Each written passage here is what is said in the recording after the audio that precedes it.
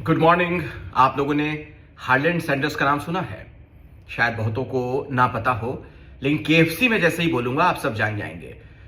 वो तमाम लोग जो शहरों में खासतौर पर रहते हैं केएफसी से परिचित होंगे, जो रेस्टोरेंट चेन है जहां पर खासतौर पर नॉनवेज खाने के लिए लोग बड़ी संख्या में जाते हैं। पूरी दुनिया भर में केएफसी है, उसको बनाने वाले यही हैं जिनकी बात मैं कर रहा हूं, कर्नल सैंडर्स। उनकी कहानी जानना इसलिए जरूरी है क्योंकि कई बार जीवन में हमें लगता है कि हम बहुत देर कर चुके हैं, इट इज टू लेट, लेकिन कभी ऐसा होता नहीं है। जिंदगी में कभी देर नहीं होती है।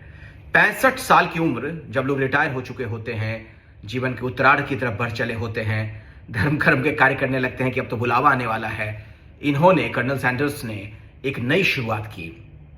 महज कुछ डॉलर्स के साथ उन्होंने अपना ये काम शुरू किया और उन्हें यह लगता था कि जो खुद से तैयार किया हुआ इस तरीके का आइटम होगा, चिकन खास तौर पर, उसे लोग बहुत पसंद करेंगे। तो लोगों के घर घर पहुंचते थे उम्र के इस पड़ाव में, सोचिए 65 साल हो जाने के बावजूद, और रेस्टोरेंट्स में जाते थे और अपनी रेसिपी के बारे में लोगों को बताते थे। उन्हें लगता था कि इसके जरिए कुछ पैसे उनके पास आ जाएंगे, उसकी कमाई का कुछ हिस्सा उन्हें मिल जाएगा। और ये जान के आप हैरान रह जाएंगे कि इस व्यक्ति को कितनी बार नकारा गया।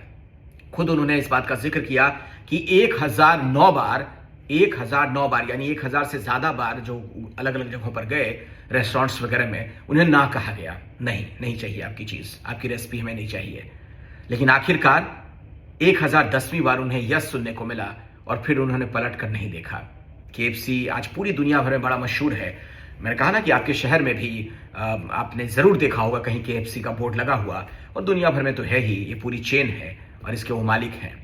तो आप अंदाजा लगाइए कि जीवन में कभी कोई देरी होती नहीं है। जज्बा अगर है, उत्साह अगर है, उमंग अगर है, आप कभी भी नई शुरुआत कर सकते हैं।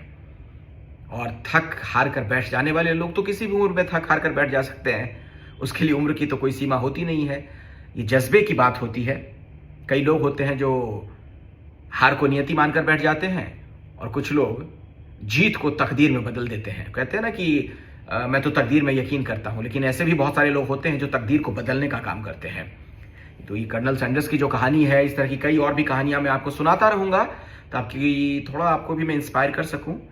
मैं कोई बहुत बड़ा व्यक्ति नहीं हूं जिनके जीवन की कोई बड़ी मशहूर कहानी हो या बहुत कुछ मैंने अचीव कर लिया हो कि मैं अपने बारे में इस तरह की कोई बात रखूं, लेकिन दूसरों की कहानियां तो मैं आपको सुना ही सकता हूं।